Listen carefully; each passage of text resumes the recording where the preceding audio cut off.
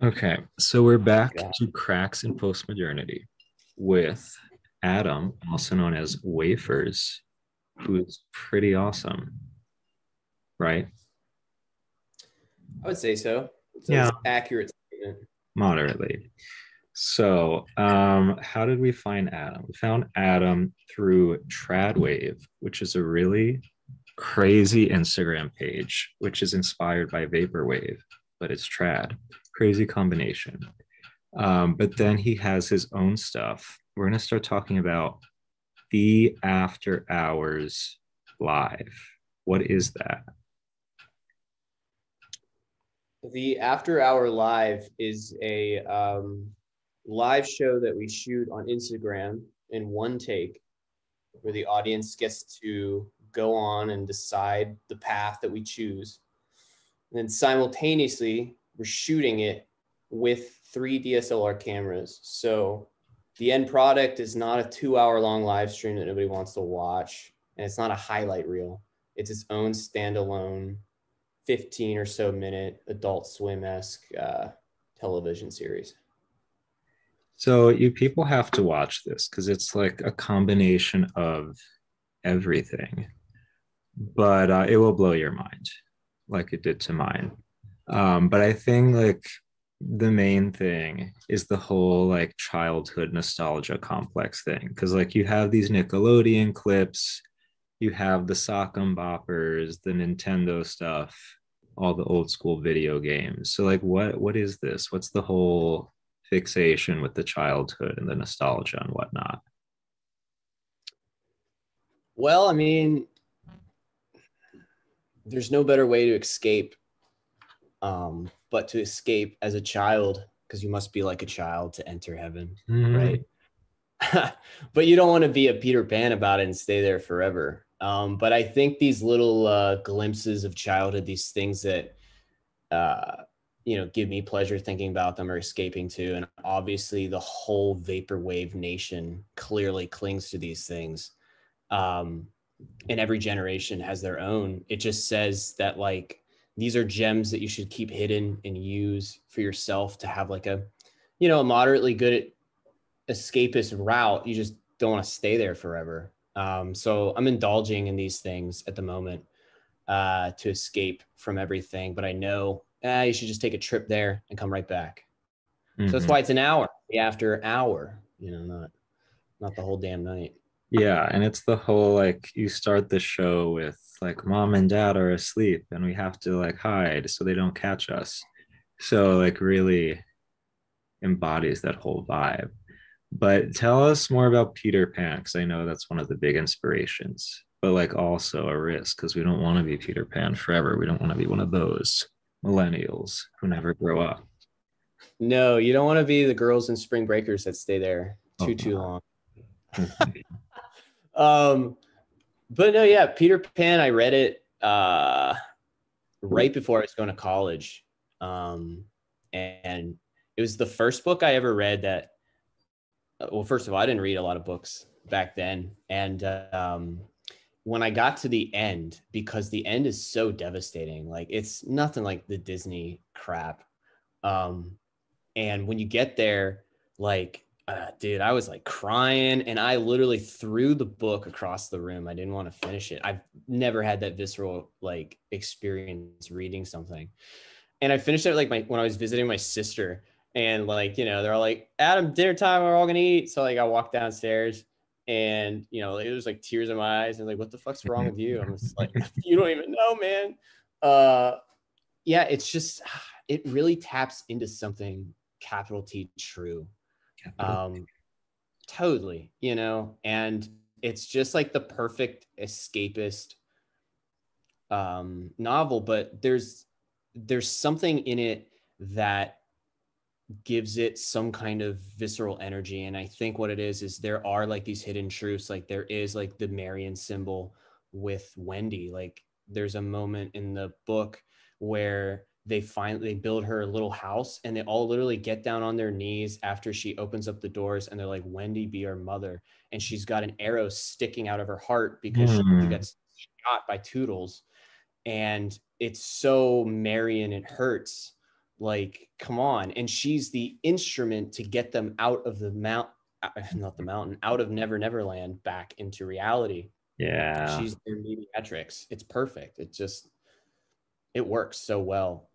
And when they're first there, it's all great and dandy and they love it. But then the longer they stay, the more they forget, which is very fascinating. And the more it's not as like good as it is. Like every time I reread that book, it's been like 8 times. I realized, damn, it's not as good as when you first get there. Every time it just stays longer and longer, you know. So Yeah. So before we go more into the whole escapism motif, let's talk about the whole Peter Pan complex because us millennial males, we have a thing where like it's very hard to grow up. It's very hard to be a man in this day and age. Why are we like this? I think it's just we don't want to accept responsibility and we're prolonging everything because we're so comfortable. We're Yeah, so fucking comfortable. very bourgeois. Yeah. And it's just like, you gotta, because growing up, accepting responsibility means pain and suffering. Yes. It's what you learn at the end of Evangelion. It's very clear as day. You've got to suffer a little bit. And we don't want to suffer because we're all pussies. Yeah, Um, you accurate. know, and the people that do, finally get that are the ones that really move on. And they don't want to you don't want to give up your weekends. You don't want to give up, your party lifestyle. Nope. Everybody has so much FOMO, it hurts. They don't want to give these things up. And they're scared that if they give it up, it's going to be the worst thing in the Yeah. world. Which I was like that for a long time, and I still am. But I know at least, responsibility and having that, I sound so much like Peterson, but I mean, it's true, you know, Yeah, our Lord and Savior Peterson, the prophet. the prophet. Yeah, no, this is accurate because I mean I blame it on our parents. I blame it on the air of the culture that we breathe, that like, yeah, this whole therapeutic ideal of like you do you, girl, and you be comfortable and don't do things that aren't true to you. But like this is not reality. This is an illusion. But yeah, I don't know, like thinking of my own experience, like that's how I was raised. And like when I had to confront things that were uncomfortable or that took me out of my comfort zone, I was always told like, oh, you don't have to do it, just like try your best, and if it's too much then it's okay. um and it wasn't until I had my first full-time job out of college that I was like, oh shit, this isn't how the world works. Like people don't think I'm special just because I show up and I'm me. Like people expect me to work. They expect me to try hard and like make sacrifices. This is ridiculous. I can't do that. So Yeah. no, this is us though. But I think especially for men, it's harder because mm, this is when we get into dangerous territory because gender is like not a real thing. Um, but yeah, no, like I think we're in because we're oriented towards sacrifice in a very like outward way. Like we are called to we're called to build, we're called to like construct. That's in our nature. And I think to go out and do that, like it's a heavier sacrifice for us. And because the culture doesn't really give young men the tools to really to build on that impulse or to really develop it, it's harder for us than for women. That's my observation. I feel like women, it's a little bit easier in this culture for them to like go out and be, what do they call it? A boss, not a boss girl, a girl boss, a girl boss. Well, I mean, not even my observation, but two famous stories, two famous writers, Peter Pan, there is an explicit sentence in there that it's just lost boys. Yeah. And Peter says that, oh, girls are always too smart not to fall out of their prams. And that's how the boys get lost. And then even taking it a real step further, you have Lord of the Flies. They're all boys. Like, that's what's going to happen when you have that, like this desire for this like weird structure and this weird responsibility, and then this like overdoing of it, and they all become Captain Hooks because they're all concerned about form, bad form, good form, and then that just overtakes them, and you just go crazier and crazier. But I think just my comment on that would be those two sources specifically. Mhm. Yeah, and like women are inherently smarter, they're more moral. For us to really be intelligent and moral and like live up to some righteous ideal, like we need structure, we need to be taught. And that's not really given to us, at least not us privileged bourgeois millennial males, in my experience, at least. Yeah. I mean, like, I love my dad to death.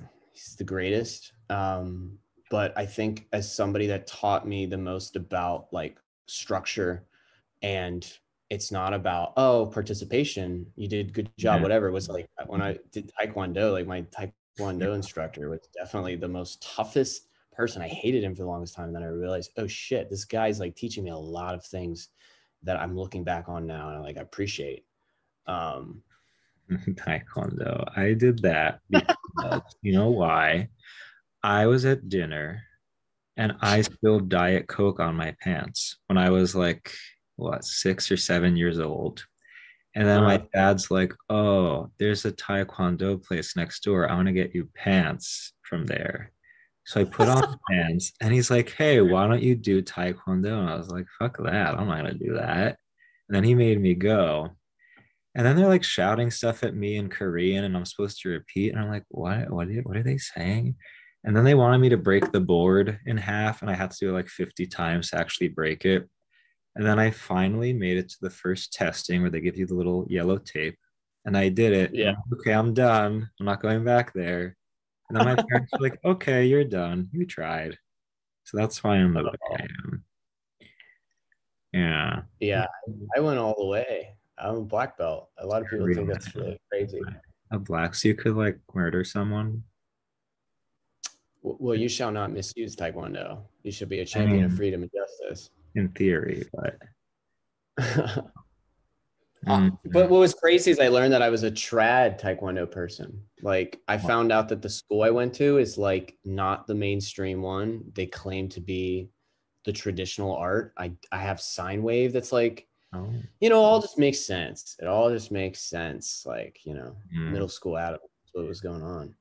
That's such like a recurring theme in a lot of these kid shows on Nickelodeon and like whatever, like the kid who gets bullied and he's weak and wimpy and then he goes to Taekwondo and then he goes to the sensei and he's like, when do I start getting to beat up bullies? And then the sensei's like, no, this is self-defense. This isn't about violence.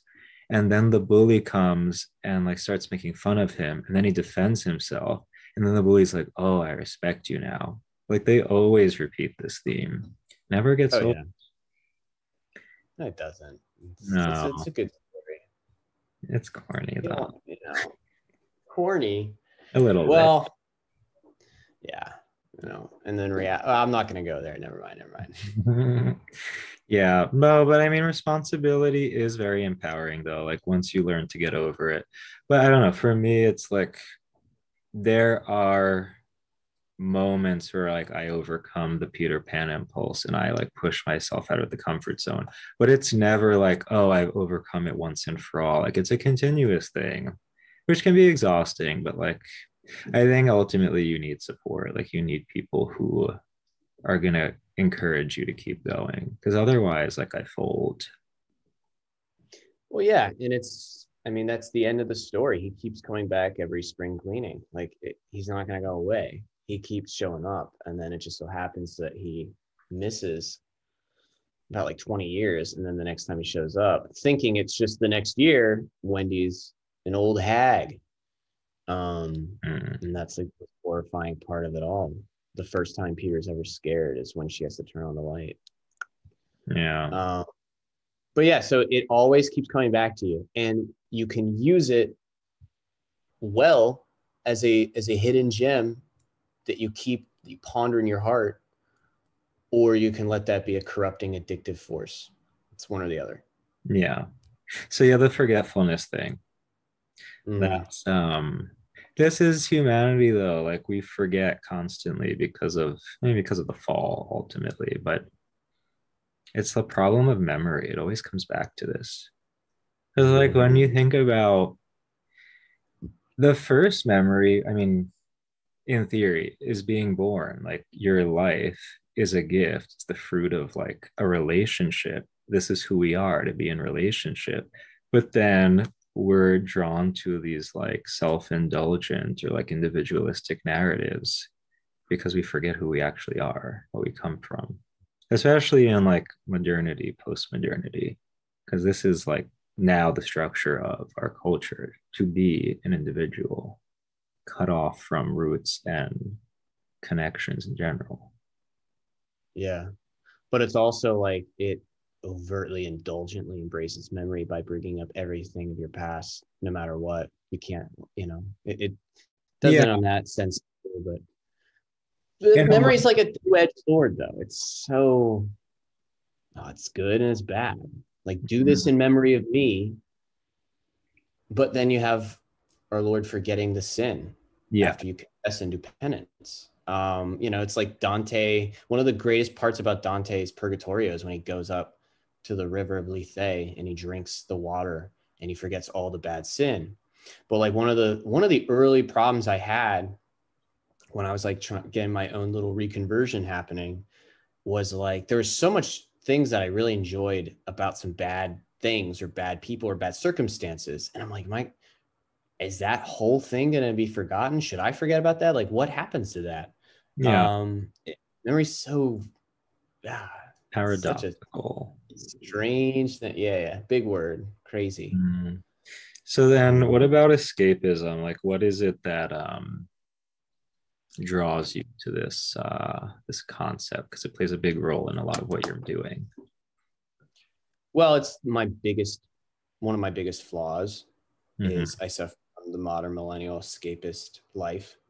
Um, I want to avoid responsibility and pain, so I just want to keep going back to that like perfect moment and replaying it over and over again. Like you want that perfect party to happen constantly every single weekend, Yeah. and it shouldn't be like that. So that's not natural, but we want it to be, and that's what makes us so insane and crazy. And when I heard a priest give a homily on the Transfiguration, Mm-hmm. he brought up like going up there, seeing the greatest thing ever that you can possibly imagine, and then all of a sudden it goes away, and then he ended his homily very like reverb style. They had to come down from the mountain, Yeah. and I thought about that so much. Like, wow, like, do you think Peter and John, because it was just the three, it was like Peter, John, James. You think like in the middle of the night, like Peter had dreams about that, or he's like, John, I can't sleep. Like, I keep thinking about that. That was like amazing. Like, they can't just forget about that.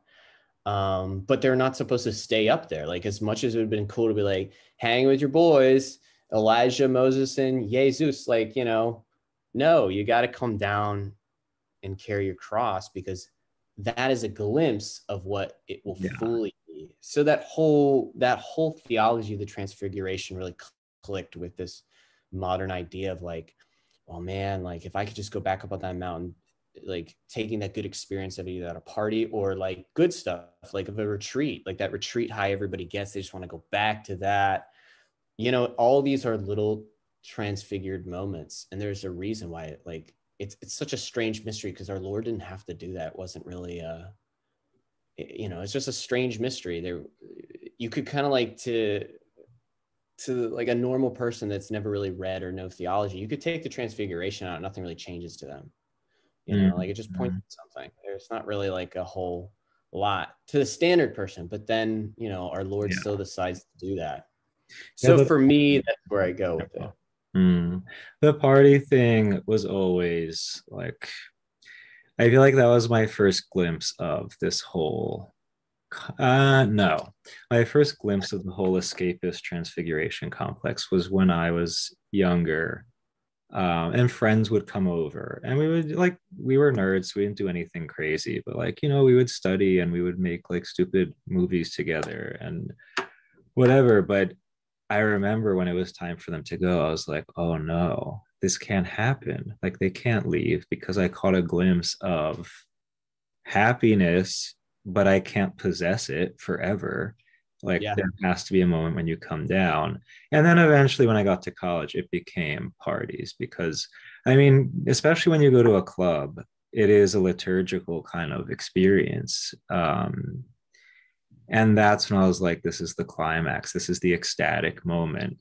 And I need to replicate it every weekend, or even more than Yeah. that, because outside of this, then like, what is life without some ultimate climax?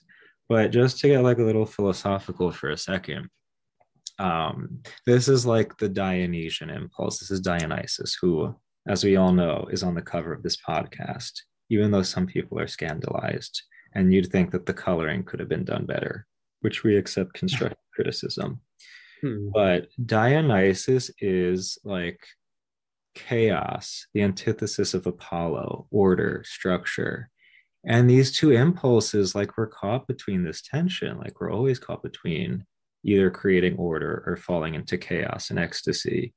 And I think what's important about the incarnation is that it's a synthesis of the two. It kind of integrates those impulses without eliminating one or the other, like, you know, the Reformation attempted to do. And like, one of my favorite things in Charles Taylor in The Secular Age, he talks about how in like these medieval cultures, there were times built into the calendar for anti-structure. There are times where like you had Carnival, you had Mardi Gras, you had the, you know, like the saint plays and the processions of the statues, where like people step out of the normal structure of life and they get lit, they go crazy, whether it's on the Holy Spirit, whether it's on alcohol and drugs. um People would like do things that they normally don't do, things that are sinful, that are bad. They would cross dress, they would do all kinds of perverse things. But it was understood that like, yeah, this is not the normal thing, but because we're humans and we have these impulses, there has to be a time where we like can be crazy. But we know that this is like crazy, we don't call it normal. But then like, Exactly. with the Reformation, with modernity, especially in America, we don't recognize that tension. Like, we've purified everything to the point that now, like, we call what is perverse normal. We want to make it bourgeois and like orderly, but inherently it's not. So I don't know, like that mystical or like debaucherous, it could go in either direction. That impulse is like always going to be there. So escapism, we need it, but as escapism, not as like, we can't make it normal because it's not. Yeah. Yeah. You can't. And that's the question of like, how much is the regular trip to the Never Never Land? You can't have it every weekend. It's crazy. You Because then you're can just gonna want more. for a few Well, days I of your mean, life. everything needs to be guided and have Yeah, some kind of bars to it, yeah, because then you're just gonna want more and more. And it's just pretty much like a pretty easy metaphor for addiction, essentially. You get your gateway, and as you know, you could just go down the long road, further and further. But yeah, I mean, it once again, it mirrors the perfect, like the perfect 3 days is Good Friday, Holy Saturday, and Easter. You have to have, there's this total duality between like, you've got the worst of the worst and the best of the best. You've got to have a Good Friday to have Easter Sunday.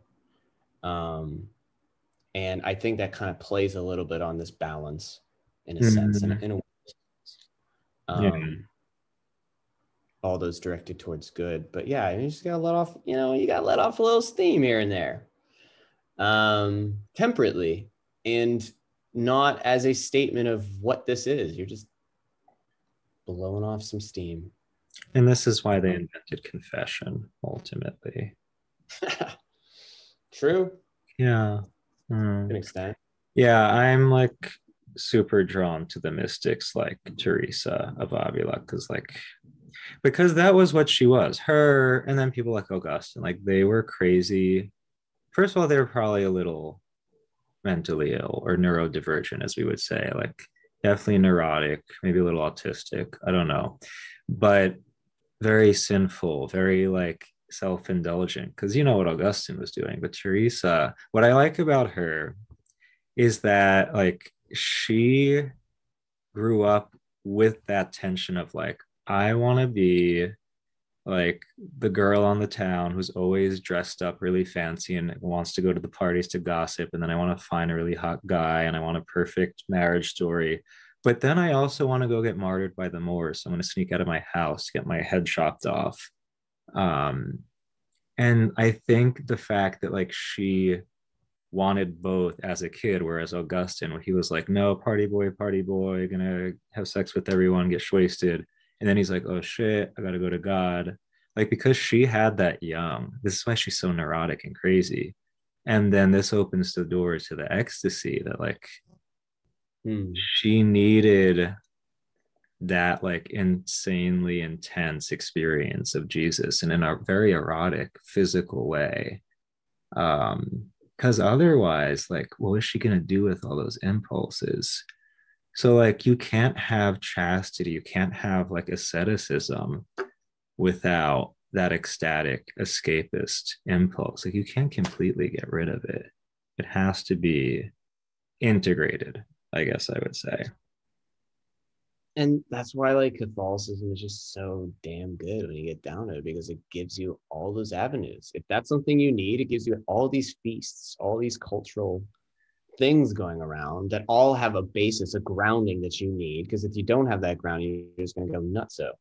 But as a grounding for what it's doing and for what it's being, and it gives you this avenue of like, if you want to go down that route, like, yeah, go for it. Like, this is what it's a feast. It's a damn celebration. Like, but then next week is penance time. Like, there's it. It just gives. It's not this blanket puritanical like, all right, this is it, and this is what it's going to be forever. Like, the whole year, you've got so much happening in the church's calendar and the church's cultural leanings and theology and everything. It's celebrating and articulating, and it's for everybody. So it gives everybody a chance to whatever their impulses are. If you're more of a Gusson, you're more of Therese. If you're more of a Francis, Saint Francis, not the other one, but like, who was, I mean, because at the end of the day, man, all the saints are freaks. Yeah. And I mean that seriously. I had a spiritual director tell me that, and it really woke me up because I saw Flowers of St. Francis talking about religious movies. That's one of the ones I love to death. And it painted St. Francis in such a way. And then like my spiritual director is like, yeah, he's just he was a freak. He was the jester. That's what you want to be. That's what we all want to be, crazy for God. And he got lit So, before he, oh, you got that. Oh yeah. So yeah, he was riding as a night off, and I think it also kind of goes, we're talking about this balance. I think there's also this like equilibrium, this like sine wave that to yeah. look at. Like, the higher you climb one way, you're going to have to go the other way. Mm-hmm. And that works with the theology of like, purgatory. Like, the more stuff you're doing that's bad, that's junk, the more you're going to have, yes, confession, your sins are white, but the more you have to atone for that. I So you want know. to equilibrate this balance. And if you don't do that here, you're going to have to atone for that in purgatory.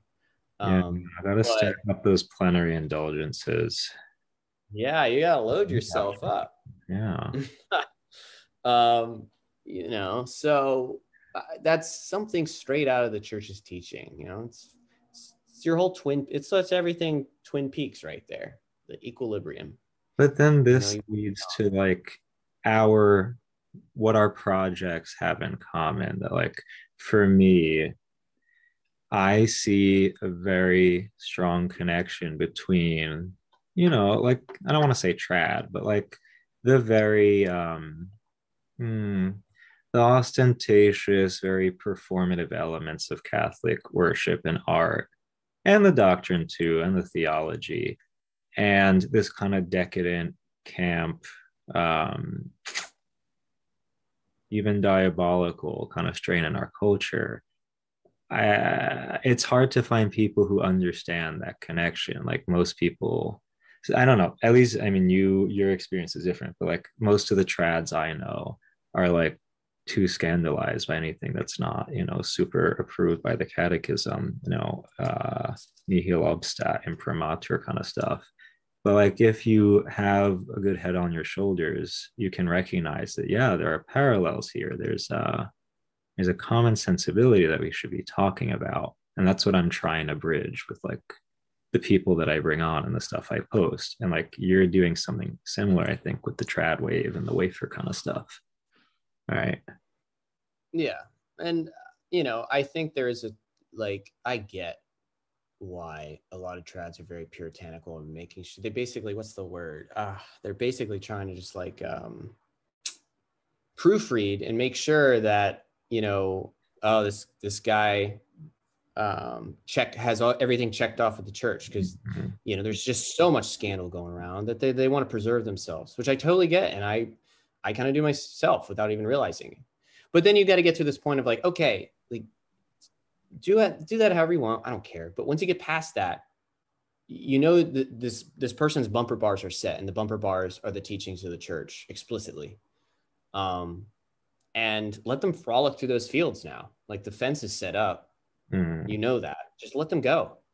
As long as they're staying in bounds of that church, of her yard, let the kid play outside.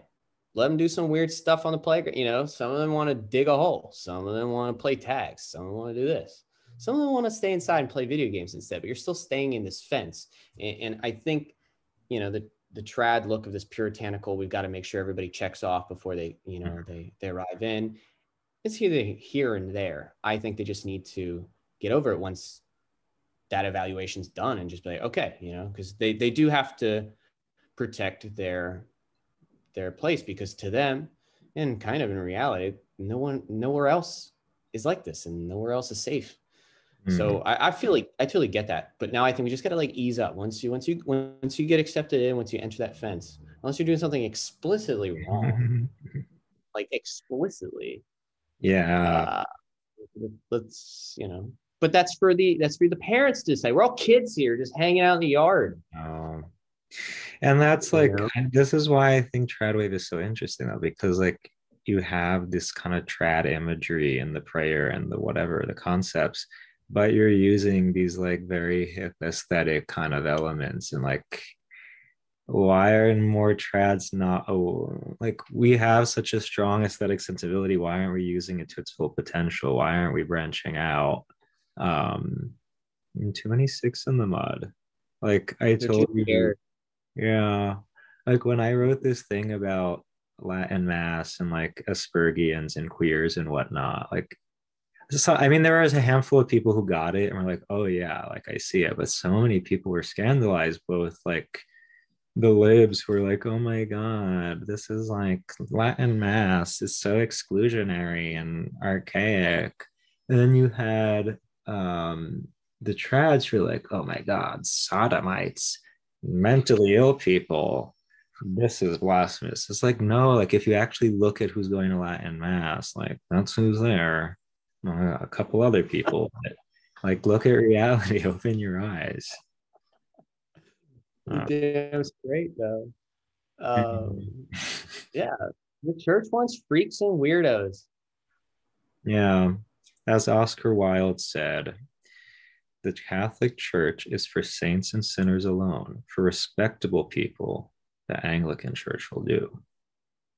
We love our trad Anglicans, though, or Anglo-Catholics. They're good, but yes, no, I like that. I like that a lot. Yeah, I mean, Oscar Wilde's the epitome of it all. He got it. We're just a bunch of, we're like those weird kids at recess that you want to play with. Yeah, exactly. No one wants them, but they always have the most interesting things going on. Yeah. So the other thing I was gonna say though is like we were talking about different forms of art that incorporate certain demonic elements, whether like explicitly from like satanic kind of rituals or just like, whatever the vibe. But for me, I don't know, like I had a big conflict when I realized as a kid I was into a lot of pop culture, especially music that was incorporating these elements of like, dark magic, Satanism, whatever. And I was like, oh my God, I'm going to go to hell. This is horrible.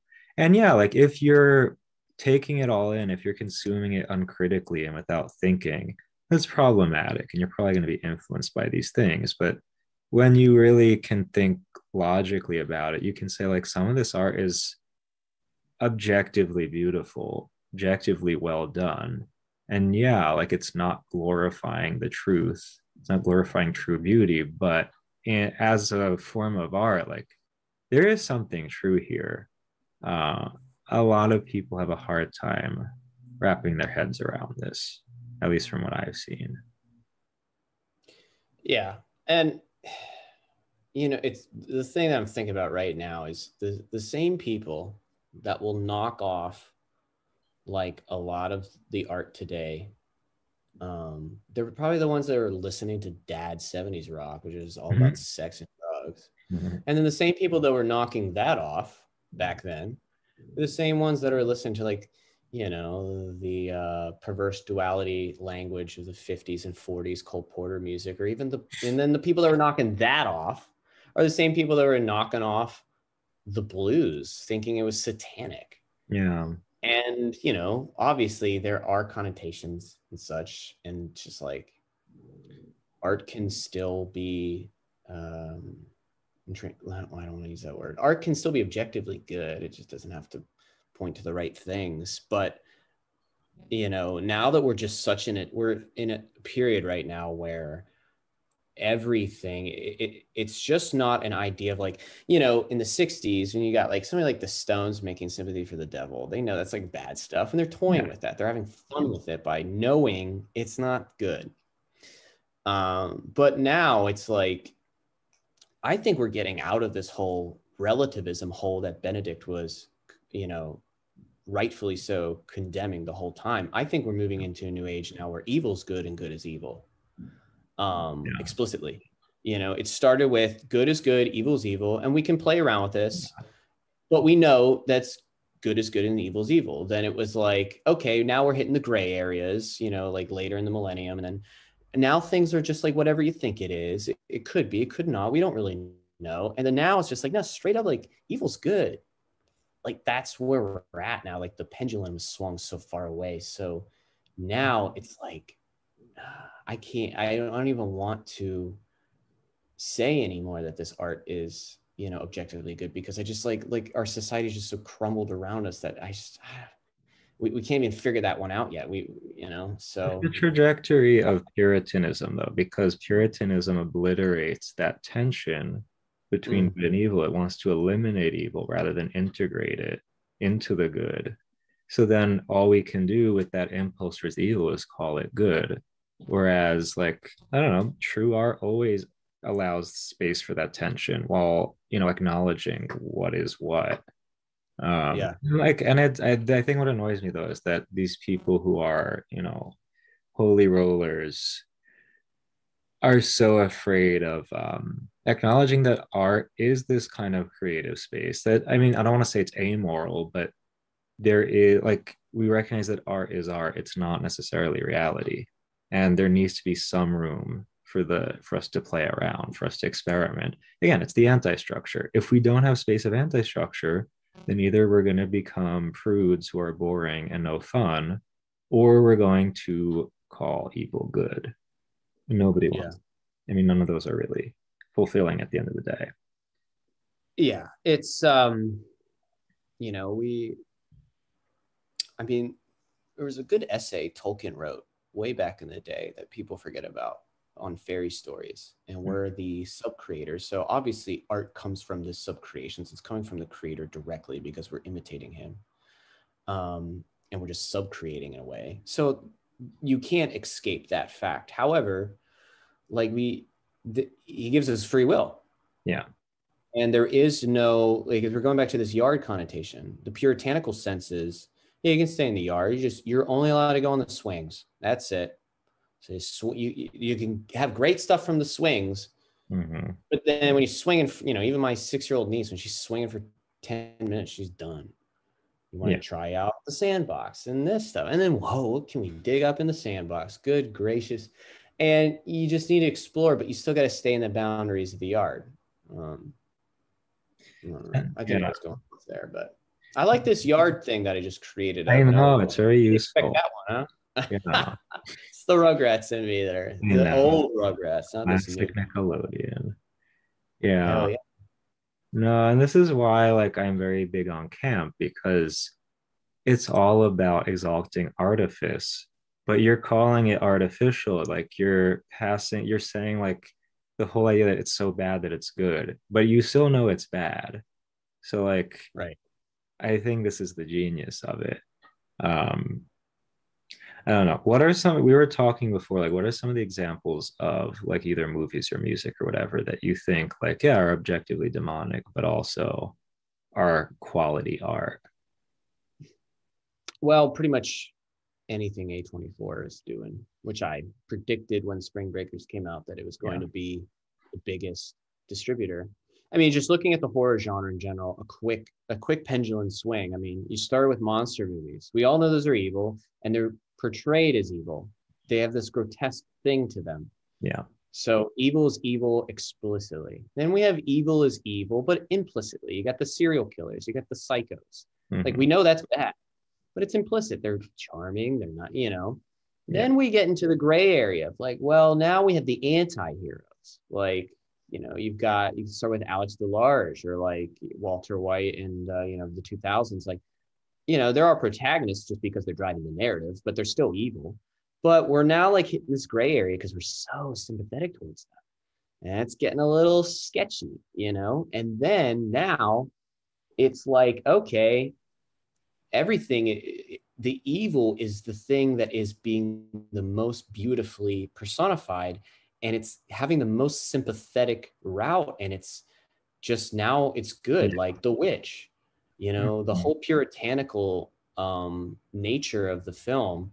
Like the family leaves a puritanical cult and they start their own thing. So already we're setting off on the idea of like, Christianity is bad. You just get worse and worse and crazier and crazier. And then the whole time you're thinking, I don't know if there's a witch or not. I think that's the game they're playing. Yeah. But then at the end, you're like, oh shit, they're not playing the relativism game. It's real. The witch is real. Yeah. And you have your protagonist leaving Christianity essentially and joining the cult. And only when she joins the witches do you have the most beautiful shot, the most beautiful embracing moment of the film. Is beautiful. But it's literally saying, great, she's now going to be a witch, and she's embracing it. Same thing with Midsommar at the end. She's embracing being in this cult. She's smiling with the beautiful flowers as she's burning alive her boyfriend named Christian. And then Suspiria, the worst part. I love Suspiria, the new one. I love it, but it's so demonic. At the very end, the greatest shot is when Dakota Johnson comes down. She's shown to be the witch of Mother Suspiriorum, and she opens up her chest to reveal a heart in this beautiful, beautiful, slow-moving shot with Tom York's piano ballad playing in the background where all these naked chicks are just screaming their heads off. And it's the perfect inversion of Our Blessed Mother. And I hate that so much, but it's so beautiful. I can't look away. It's like, gosh, evil is just evil to them now, or evil is just good to them now. And it's honestly scaring me because we're just in this aesthetic warfare that we have got to combat, because we got to swing that pendulum back, man. It's freaking me out.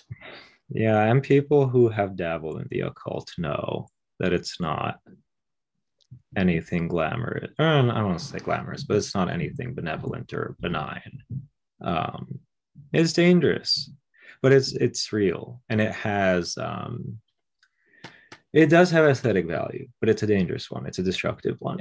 And like, this is my whole thing with the pop stars, the mainstream singers, that I think it was starting with Madonna that she started using these demonic kind of and blasphemous motifs in her songs, in her videos, and her performances. It's incredibly well produced, like really beautiful, but objectively demonic. And you see like all these pop stars following her. Yeah, like it continues, but there's something genuinely attractive there. And like the one that I'm really fixated on now and that I talk about a lot on here is Bad Bunny, the Puerto Rican Mm. rapper, reggaeton, whatever. Because like his photo shoots are insanely demonic. Like he has the one eye and the pyramid and all the Masonic shit. But when you look closely, when you listen closely, you see what he's doing. He's saying like he's torn between these kind of existential extremes. One is extreme indulgence, distraction from reality. Like, I just want to get lit and do these like crazy sex positions. The others are like moments of real feeling lost spiritually, not knowing who I am and feeling very sad about it and not wanting to be lost anymore. And I'm like, yeah, like this is kind of fucked up, but it's also, it speaks truth to the human condition that like we can get caught in these diabolical like inversions of the truth. And yet it doesn't fulfill. And yet there's still this yearning for the truth. When I think what you're saying, like when we paint it as if being a witch is like it's woke and it's liberating and it's cool. Like, no, let being a witch be being a witch. Like it is what Yeah. it is. Yeah.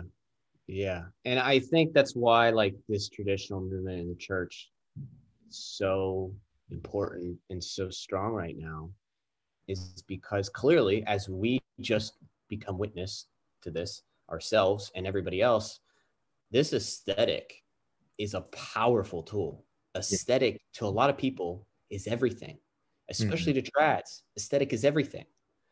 Like sometimes I have to remind them, like, you go to heaven, the Lord's not going to ask you what mass you went to, right? I mean, yes, you're going to get abundantly more graces going to the Latin mass. I'm sorry, you will, Yeah. and We're because special. the aesthetic, the reverence is there. But so it to me, it's just like that's such an important key to people, and it's such an important to people that aren't Catholic or don't practice it at all, and they don't know that there's this aesthetic beauty. That's Mhm. the thing. They don't know there's this thing. And because everybody wants to steal from us constantly, especially with horror, especially with exorcism, especially with ritual. That's why they go to the Eastern religions Yep. right off the bat, because they're so bored of the puritanical WASP culture here. Well, throw the Mhm. fucking WASP culture away because it's boring as hell. And it Oh, hey. literally is, So I think, being part of this like traditional movement, we'll call it whatever you want, I think it's very important because for a lot of people that don't know that there is this aesthetic beauty to it, that could just be the little push they need to get down to the nitty gritty of what it's really about. It Yeah. shouldn't be the only thing, but that's the little, that's Shinji. Enter your room, cross the threshold. Yeah. And like So this was von Balthasar's whole thing that like the entryway to the transcendentals is beauty. It is aesthetics, but it is not it's not the ultimate source of salvation. Like, and this is why I think trads have to be careful because like, yeah, like sure, Latin mass full of graces and beauty, but that doesn't substitute an actual relationship with the truth, with God. It's an entryway, it's a means to, but it's secondary ultimately.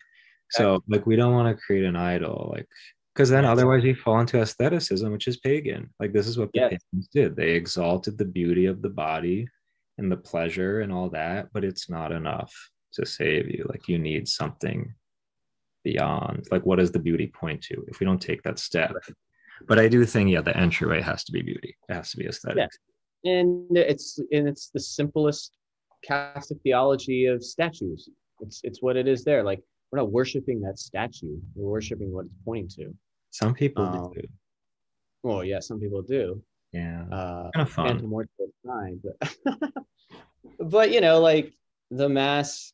Uh, I appreciate everything that they're doing because they want to remind everybody. They really just want everybody to understand that look, there is this beauty beyond imagination that you can have here. take it or leave it. Like I think they just really just want everybody to know that, and so many people don't know that at all. And I think it really, I know so many people whose lives have been changed by it. It's not for everybody, Yeah. but I think they also like the actual real end goal is just to get that aesthetic beauty everywhere in the church again. That cultural like zenith that we were all looking at. We shouldn't go back there like Never Land, but we should try to incorporate that traditional cultural beauty of being Catholic in every facet of our being, because why not? And I think that is such a powerful, even powerful evangelizing. There we go. Third time's a charm. Tool for people, because they don't know that we've got this cool ass aesthetic, bro. You know, give me that aesthetic. That's what people want. And Catholicism's got it because it's coming from the creator. So there you go. Can we take a break? You want a cigarette, right? I have to pee first.